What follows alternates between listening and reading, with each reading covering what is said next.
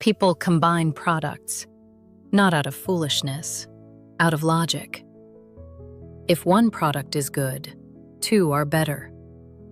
If AHA exfoliates and retinol renews, both together are doubly effective.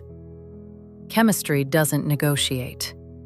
Take the first pair: benzoyl peroxide in the morning and retinol at night. The logic? Benzoyl peroxide kills bacteria. Retinol renews cells. Attack acne from two sides. But the chemistry? Benzoyl peroxide generates free radicals.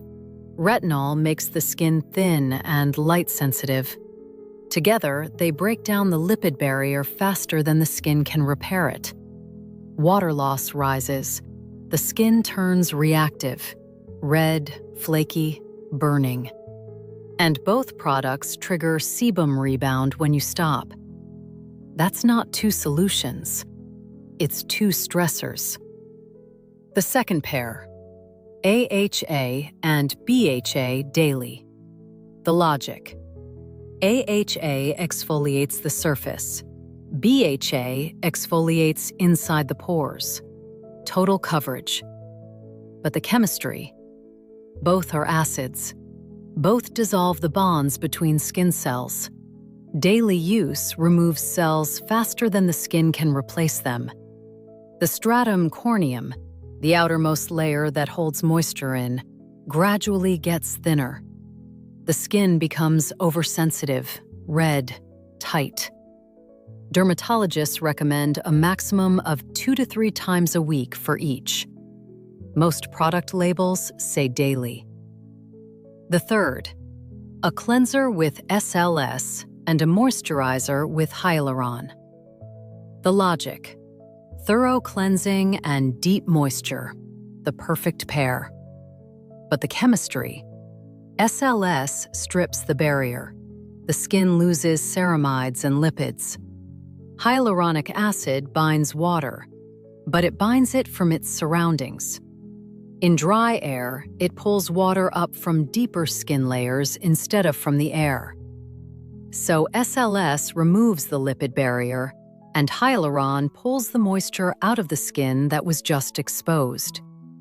One product damages, the other worsens the consequence, and both sit in the recommended morning routine. And then there's the idea that more active ingredients give a better result.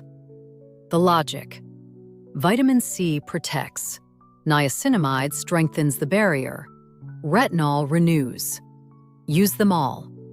3 actives, 3 benefits. But the chemistry? Each active has its own optimal pH. Vitamin C needs a pH below 3.5 to penetrate.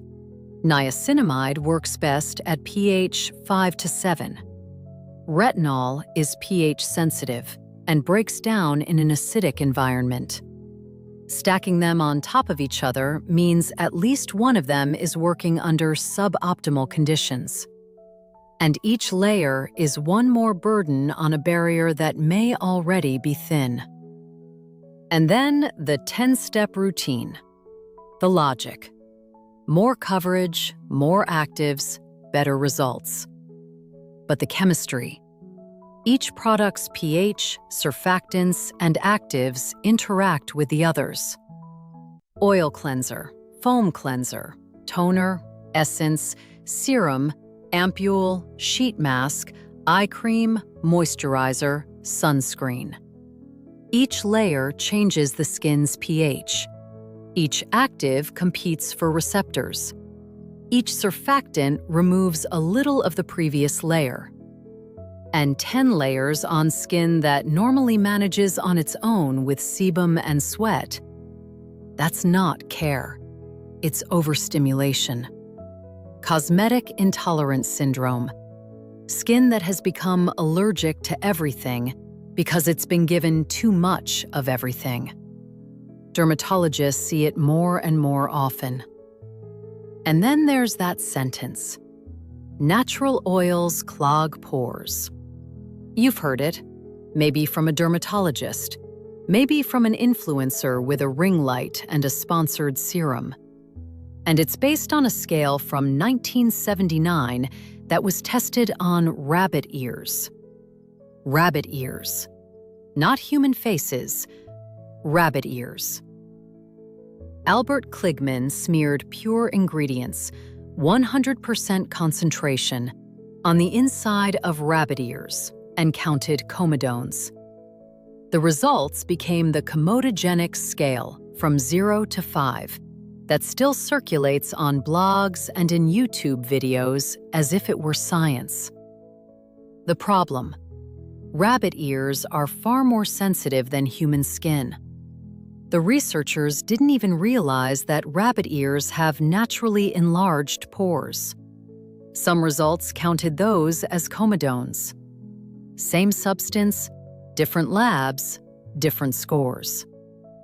In 2006, dermatologist Zoe Diana Draelos published a reevaluation. Her conclusion: finished products with comedogenic ingredients aren't necessarily comedogenic. The blend changes everything. The concentration changes everything. In 2025, a full review confirmed it. There's no standardized test method. There's no regulation. Companies are free to write non-comedogenic on the label, with no test, no proof, no consequence. Coconut oil scores 4 on the rabbit ear scale. Shea butter scores 0. Mineral oil scores 0 to 1 and reduces water loss by 99%. Mineral oil clogs pores is a myth.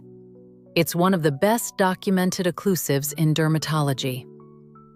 And soap? Soap is wash-off. It's on the skin for seconds. Comedogenicity tests run with occlusion for hours to days. Saying coconut oil clogs pores, therefore soap with coconut oil is comedogenic, is like saying flour contains gluten, therefore bread baked with flour is still raw dough. During saponification, the fatty acids are turned into soap salts. The original oil no longer exists. And the pattern, again. It's the same as in the hair series. Each product creates the need for the next. SLS cleanser requires moisturizer. Exfoliation requires repair cream. Retinol requires sunscreen, requires a cleanser to remove the sunscreen, requires moisturizer because the cleanser dried you out. And on top of it all, a comedogenic scale based on rabbit ears, telling you that natural oils are dangerous, while non-comedogenic on a bottle of SLS, fragrance, and silicone means nothing at all.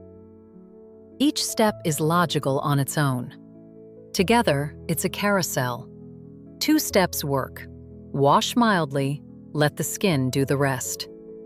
It sounds too simple. It is too simple. That's why nobody sells it.